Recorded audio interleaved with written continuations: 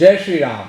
दोस्तों, मैं हूँ डायरेक्टर अनिकेत राज और आज आया हूँ मैं श्री सालासर धाम में। जी हाँ, और मेरे साथ इस टॉक शो में बात करने के लिए मौजूद है सालासर धाम के पुजारी श्री कपिल जी। कपिल जी, जय श्री राम। जय श्री बालाजी की जय श्री राम सभी को। बालाजी की कृपा और सालासर धाम, ये दोनों चीज़ एक दूसरे का पूरक है और राजस्थानी नहीं, नॉर्थ इंडिया नहीं, पूरे देश से, देश के बाहर से लोग आते हैं।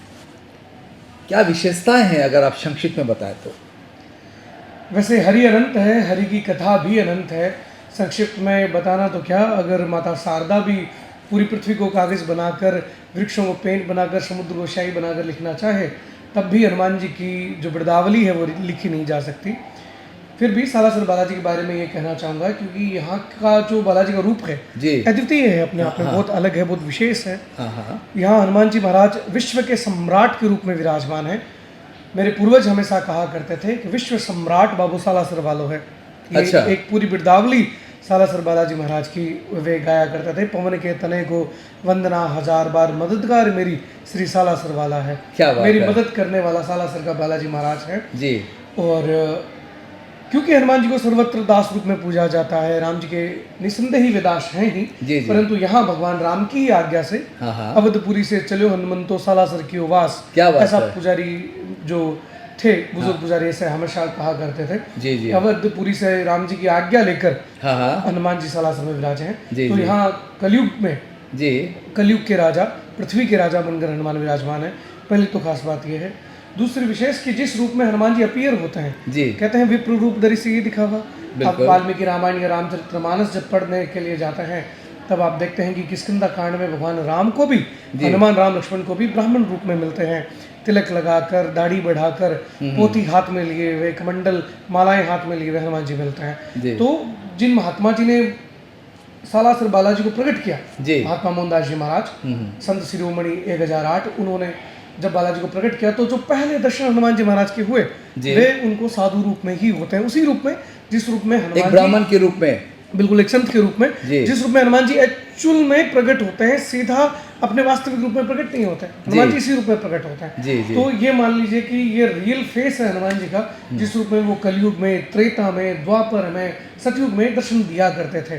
तो ये हनुमान जी का रियल अपीयरेंस फेस है, दाढ़ी मूछों वाला, जिसमें वो तुलसीदास जी को भी दर्शन देते हैं, विभीषण को लंका में ब्राह्मण बन के देते हैं। तो जैसा कि तुलसीदास जी ने भी लिखा, विप्र रूप धरि से ये लिखा हुआ, ब्राह्मण रूप में, छोटे रूप में दर्शन दिए जाते हैं माता जानकी जी को उनकी तरफ से। तो ये रियल अपीयरेंस है। ये दो बड़ी खास बात है। तीसरी, स्वयं प्रकट प्रतिमा है, मतलब अपने आप अपनी मर्जी से, अपनी रजा से हनुमान जमीन से निकले। बीच में मैं रोकना चाहूँगा, जो भक्त रेगुलर आते हैं या टीवी में या स्क्रीन पे, मोबाइल पे देखते हैं कि सालासर जी का सिर्फ मुखमंडल का ही यहाँ पे विराजमान है, तो ये जो मुख उनका है, श्री जो उनकी श्री है, ये अपने आप में स्वयंभू है। हाँ, बिल्कुल स्वयंभू है। साक्षात जमीन से प्रकट हुई प्रतिमा है हनुमान जी महाराज की, अपनी मर्जी से प्रकट हुई है। और केवल चेहरा नहीं है बालाजी का, हमें दिखता वो ज्यादा है, क्योंकि बड़ा आकार भगवान की दाढ़ी मूंछों का है, क्योंकि वो एक राजा के रूप में है। तो उसकी भव्यता, विराटता इस प्रकार की है कि एक विश्वविख्यात एक राजा, एक सम्राट जो जयी है, सभी का सबसे बड़ा है, जो महीपति है, महेंद्र है, वो यहाँ बैठा है, दुनिया को चला रहा है। और दाढ़ी मूछें उनका रुतबा वो दिखाता है, उनकी यौवनावस्था दिखाता है। अजर अमर गुण निधि सुत होहु, बहुत करहु रघुनायक चहु, कि अजर रहो, जरा जैसे बुढ़ापा ना आए। तो जिस शक्ति से उन्होंने रावण का वध किया हनुमान जी ने और राम जी ने, उसी शक्ति, उसी चीर अवस्था के साथ यहाँ विराजमान है। इसलिए काली दाढ़ी मूंछ है, दुनिया को दिखती वो ज्यादा है, बल्कि उन्होंने दोनों हाथ, उनके चरण, उनका हृदय स्थल, एक हाथ में उन्होंने गदा ले रखी है हमारी रक्षा सुरक्षा के लिए, दूसरे हाथ में पर्वत है जो हमारी बीमारी से रक्षा करता है, उस पर विजय ध्वजा है, संकट को दूर करता है। हाँ बिल्कुल, विजय ध्वजा है जो हमें जीत दिलाता है।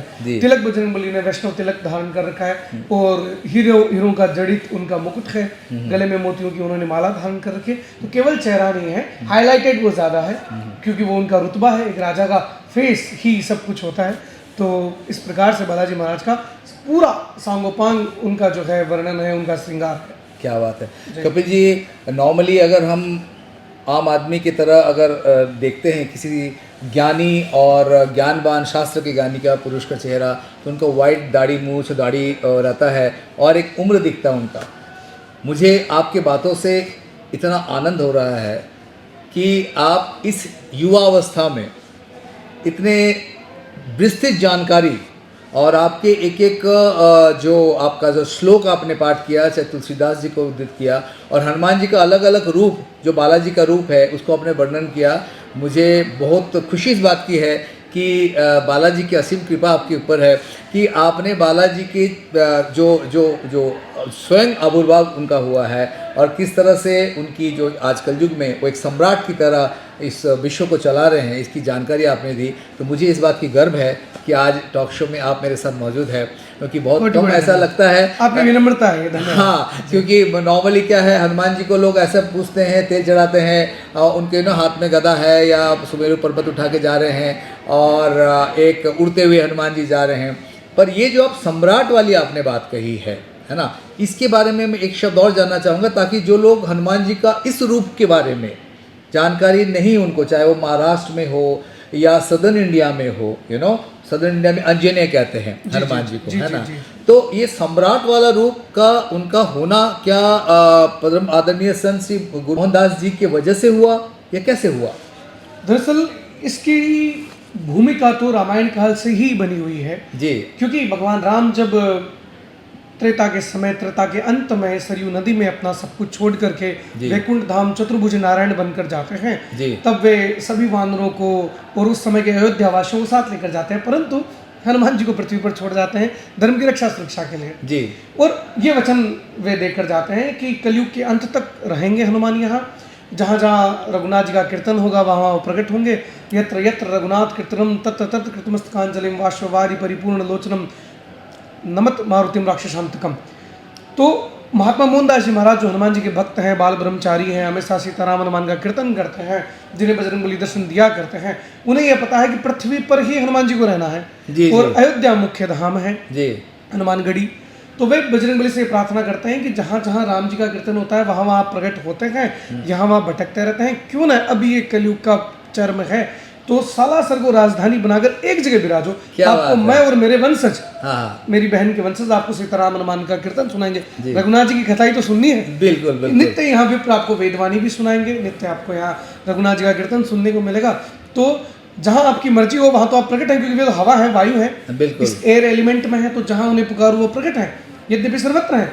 फिर भी उन्होंने कहा कि अपने सर्व सामर्थ्य के साथ राजा के रूप में आप यहाँ विराजो। इसका प्रमाण मिलता है, मैं आपको प्रमाण देता हूँ। ये अपने सालासर धाम की बात कर रहे हैं? हाँ, मैं सालासर धाम में प्रमाण देता हूँ। महात्मा मोहनदास जी का और बजरंगबली का पहला कन्वर्सेशन है, जिसे मोहनवाणी रूप में सब जानते हैं। मैं क्षमा चाहूंगा, ये कौन सी सन की बात है?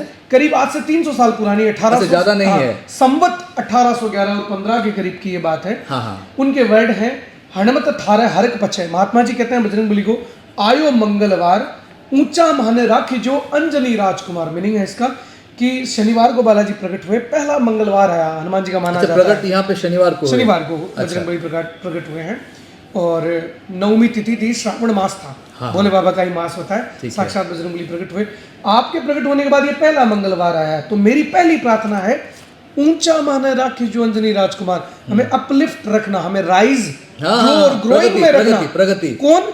अंजनी के राजकुमार। अब यहाँ राम दूत पवन पुत्र कहकर नहीं पुकारा, अंजनी का राजकुमार राजदुलारा कहकर पुकारा है, यानी विश्व का सम्राट कहकर पुकारा है। जो एक राजा है, एक राजकुमार है, जो पालन करता है, जो शासन करता है, जो पिता है, जो जनक है, जो जन जन को पेट बढ़ता है। यहाँ रोटियां के दीवार जय भी बोली जाती है, बालाजी को रोटी का दीवार कहते हैं। तो उस रूप में ही स्थापना की गई यहाँ पे, तभी तो इतना बड़ा वैभव है। महाराज जो है उन्होंने नाना प्रकार के आभूषण धारण कर रखे हैं, उनका श्री तिलक है, उनका मुकुट है, एक राजा जैसा वैभव भी है, राजा जैसा रूप भी बजरंगबली का है, दरबारी है, राज दरबार ये पूरा दरबार है। उस दरबार के मुख्य राजा हनुमान है। तो ये यहाँ से हमें पता चलता है कि यहाँ विश्व के सम्राट के रूप में हनुमान विराजमान है और सालासर उनकी राजधानी है।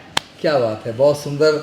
हनुमान जी का जो परसेप्शन नॉर्मली लोगों का रहता है ना जी। आपने बहुत अच्छा कहा कि भाई राम जी के दूत, अंजनी पुत्र, ये राजकुमार, अंजनी के राजकुमार। हाँ, ये बड़ा इंटरेस्टिंग है, क्योंकि देखिए कलयुग में फैक्ट बात यह है ऑन रिकॉर्ड आदमी कहूँ मैं या ऑफ रिकॉर्ड, क्योंकि हर धन की एनर्जी हर आदमी से जुड़ा हुआ है। बिल्कुल ठीक। और वो धन की एनर्जी, संपदा जो चीज़ है वो कहीं ना कहीं राजा से कनेक्ट होकर ही प्राप्त किया जा सकता है। तो आपका अनुभव बताइए कि काफ़ी भक्त से आपकी मुलाकात हुई होगी। जी जी। जब सम्राट हमारे दरबार के जो महाराज हैं, जो हमारे साक्षात बालाजी महाराज है, उनके शरण में जब भक्त आता है ना, प्रार्थना करता है, तो आपके कुछ अनुभव एक या दो संक्षेप में एक ही अगर बताए तो। देखिए, अनुभव तो पूर्वजों से सहित है, बड़ी महत्ता है, बड़े चमत्कार हैं, और यहाँ मैं किसी चमत्कार की बात नहीं करना चाहूंगा, यहाँ मैं बात करना चाहूंगा कृपा की, मैं कृपा की, उस महत्व की। बिल्कुल। पूर्वज कहा करते थे, और ये सिद्ध वचन भी है, बालाजी से कहते हैं कि बार बार थारा दर्शन करके मन का दुखड़ा दूर हुआ, मिला पदार्थ मन का चाहा पल भर में भरपूर मिला। मैंने जितनी बार आपको बालाजी देखा, उतनी बार मेरा मन, मेरा हार्ट, मेरी आत्मा प्योर होती चली गई, मैं डिटॉक्स होता चला गया, मेरा दुख चला गया, मुझे ये चाहिए था, वो चाहिए था, वो सब मिलता चला गया, और मेरा दुख दूर होता चला गया। जितनी शिकायतें थी वो डे बाय डे आपने उनको सब सॉल्व किया। मगर जितनी बार उन्हें देखा, बार बार थारा दर्शन करके, केवल एक बार नहीं आए, हम बार बार आए, हम महीने में एक रूटीन बनाए, हम 2 महीने में एक रूटीन बनाए, साल में 5 बार सालासर आए। तो जितनी बार आप बालाजी को देखोगे, उतनी बार बालाजी मनोकामना पूरी करें। मैंने तो कोविड में देखा है, लोग सरकारी पास लेकर के, अधिकारियों से साइन करा करके, मोहर लगा करके कलेक्टर बाबू की आते हैं सालासर। कोविड में मैंने देखा दर्शन नहीं होंगे, उन्हें पता है दर्शन बंद, मंदिर बंद, पर बाहर लाल ध्वजा को देखकर 1 नंबर गेट पे प्रणाम करके बालाजी को अपना जो वादा है, जो अरदास है, उनकी जो मनोती है कि मैं हर महीने आऊंगा, मेरा ये काम कर दे, बेटी की सगाई करा दे बाबा, उसकी शादी करा दे बाबा, बाबा मेरा व्यापार संभाल ले, हर महीने आऊंगा। तो वो कोविड में भी आते हैं, ये इनके प्रकार, और आकर 1 नंबर गेट पे प्रणाम करके जाते हैं। बालाजी के दर्शन नहीं होते, मगर बालाजी ने उनके दर्शन कर लिए, उनको पता है कि मेरा ये भक्त आया है। तो ये निवेदन है, ये महत्व है, जितनी बार सालासर आएंगे आप यहाँ से कुछ ना कुछ अच्छा ले जाएंगे। क्या बहुत सुंदर, और आपकी वाणी में इतनी मधुरता और इतना विनम्रता है, मुझे बहुत अच्छा लग रहा है कि आपकी बातें सुनता रहूं, क्योंकि आपका हिंदी का प्रोनाउंसिएशन बहुत क्लैरिटी के साथ है। और मैं ये एहसास कर रहा हूँ आपकी ऑरा में कि बालाजी की साक्षात कृपा आपके ऊपर है। और साथ में ये एक चीज़ मैं जानना चाहूँगा कि जो लोग सालासर धाम पहली बार आना चाहते हैं, है ना, जो हमारी टॉक शो को देखेंगे, तो उनके लिए ये बताइए कैसा साधन है, प्रोसेस क्या है, कब से कब मंदिर का पट खुला रहता है, कैसे दर्शन करना है, और क्या पूरा सेटअप कैसा है? भगवान की आरती का समय मुख्यतः संध्या पर निर्भर करता है जी। भाई गर्मी में सूर्योदय 5 बजे हो जाता है, सर्दी में 6, सवा 6 तक भी रहता है। तो आरती और पूजा का समय सूर्योदय सूर्यास्त पर निर्भर करता है, यही सनातन धर्म की परंपरा है जी। उसी के अनुसार सहन आरती और मंदिर के पट बंद होने का कार्यक्रम है। देखिए, भोले बाबा और हनुमान जी के मंदिर दिन में प्राय बंद नहीं हुआ करते, ये तो कन्हैया है जिसको बार बार पर्दा चाहिए, नजर ना लग जाए। श्री कृष्ण भगवान को वेंकटेश के मंदिर बंद होते हैं, भगवान नारायण के इसमें मैं मंदिर बंद होते हैं। आपने कहा कि शिव जी और हनुमान जी का है तो एक ही दोनों, हाँ, शंकर स्वयं के नंदन है, उनका मंदिर बंद नहीं होता। दिन में सालासर बालाजी मंदिर बंद नहीं होता। ग्रहण इत्यादि जो विशेष अवस्थाएं हैं उनकी बात अलग है। प्राय मंदिर 6 बजे के करीब खुल जाया करता है। प्राय ये संध्या से जुड़ी हुई बात है, सूर्योदय सूर्या से जुड़ी बात है। और रात को 9 बजे तक प्राय मंदिर खुला रहता है सभी दर्शनार्थियों के लिए। और नियरेस्ट यदि मैं बताऊं रेलवे स्टेशन तो 24-25 किलोमीटर पर सुजानगढ़ है, सिक्कर है 50 किलोमीटर, वहाँ तक जो है रेलगाड़ी आती है। नियरेस्ट एयरपोर्ट हम जयपुर मान सकते हैं। बस की अच्छी सुविधाएं हैं, क्योंकि वर्तमान समय में सरकारी सुविधाओं के कारण अच्छी व्यवस्थाएं हैं, रोड और मार्ग, सड़क मार्ग बड़ा अच्छा है, तो बस की सुविधाएं यहाँ उपलब्ध है, गाड़ियाँ खूब आती हैं। तो हर प्रकार से ये एंगेज्ड है, जुड़ा हुआ है, कनेक्टेड है सालासर धाम। आप जिस प्रकार से भी आना चाहें आप सालासर धाम बालाजी के दर्शनों के लिए आ सकते हैं, बस मन में विलिंगनेस रखिए। क्या बात है। देखिए, आपकी ये बहुत प्यारी सी मुस्कान और आपकी जो डिटेलिंग शॉर्ट में आप बताया आपने, इससे विलिंगनेस तो ऑटोमेटिकली क्रिएट हो जाएगा। और बड़ा इंटरेस्टिंग चीज़ है, देखिए सम्राट के दरबार में जी प्रजा आते हैं, बिल्कुल आती है, तो ये सम्राट है, मालिक है, और हम सब प्रजा उनके शिष्य है, भक्त है। तो जितनी जानकारी आपने दी, मुझे लगता है कि बहुत जल्द जिनको पहली बार दर्शन करने का इच्छा हुई है वो डेफिनेटली आएंगे। और इस सम्राट के दरबार में, इस चौखट में जब वो आएंगे तो अपने आप उनकी एक नया भाग्य और नया जीवन, मैं कहूँ खाली धन नहीं लेकिन मानसिक रूप से, आध्यात्मिक रूप से और भक्ति भाव में आगे बढ़ कर के उनके जीवन में रोशनी होगी, ये उम्मीद मैं करता हूँ। और कपिल जी, मुझे इस बात की अच्छी जानकारी देने के लिए धन्यवाद कि तत्व एक ही है, रूप अनेक है, लेकिन जो उस परम तत्व ने जो बालाजी, सालासर बालाजी के रूप में यहाँ विराजमान है, उनका ये बड़ा टर्म्स, बड़ा कंडीशन बढ़िया है कि सुबह शुरू होगा, शाम तक कभी भी आओ। हाँ, बिल्कुल सही है ना, दरबार बंद नहीं होता है, भगवान का दरबार खुला है, सभी खुला है, क्योंकि भक्तों को तकलीफ कभी भी आ सकता है। बिल्कुल सही बात है ना। तो इतना बड़ा उदार दिल वाले बालाजी धाम में आज आपसे बात करने का सौभाग्य मिला। बहुत बहुत आपको धन्यवाद, और उम्मीद करता हूं कि बहुत जल्द हम मिलेंगे। और जो भजन कीर्तन का जो सेटअप क्या होता है, मोहनदास जी अपने हनुमान जी, बालाजी महाराज के वार्ता के समय एक दो आपने श्लोक का जिक्र किया, तो उससे मुझे आकांक्षा हो रही है कि और मैं जानूं, तो उस पर हम चर्चा बहुत जल्द करेंगे। और आज हमारे इस टॉक शो इंडिया के इस वार्तालाप में साथ में जुड़ने के लिए आपको बहुत बहुत धन्यवाद। जय श्री बालाजी, जय श्री राम, जय श्री बालाजी। दोस्तों, ये मैं फिर में कहूँगा, ये हमारे साथ में सालासर धाम के पुजारी श्री कपिल जी, बहुत ही युवावस्था में इन्होंने जो अपनी एक जानकारी स्वयं बालाजी की कृपा से प्राप्त की है, जिस तरह से इन्होंने सब चीज़ें बताई, मैं उम्मीद करता हूँ कि ये वार्तालाप आपके दिल में ये चीज़ का एहसास कराएगा कि इस धरती का सम्राट तत्व वही है, लेकिन इस धरती का सम्राट है तो सालासर धाम में है, और हम सब प्रजा है, और हमारा ये दायित्व भी है और हमारा हक भी है। हम अपना दुखड़ा किसको कहेंगे, तो हम सम्राट को, राजा को कहेंगे। तो कलयुग के इस राजा सालासर धाम में विराजित श्री बालाजी के दरबार में आइए और अपनी बात खुलकर कहिए, और सालासर बालाजी के इतने दयालु हैं कि आपके जीवन में नया रोशनी और आपको एक नया जीवन में एक खूबसूरती, अच्छाई और एक कॉन्फिडेंस देंगे हर समस्या के निवारण के साथ। अगले एपिसोड में हम फिर से मिलेंगे कपिल जी के साथ और बात करेंगे कि संत शिरोमणि मोहनदास जी के साथ बालाजी का वार्तालाप क्या क्या होता है। बहुत इंटरेस्टिंग, जुड़े रहिए टॉक शो इंडिया की इस एपिसोड को देखने के लिए। बहुत बहुत धन्यवाद। जय श्री राम, जय श्री बालाजी।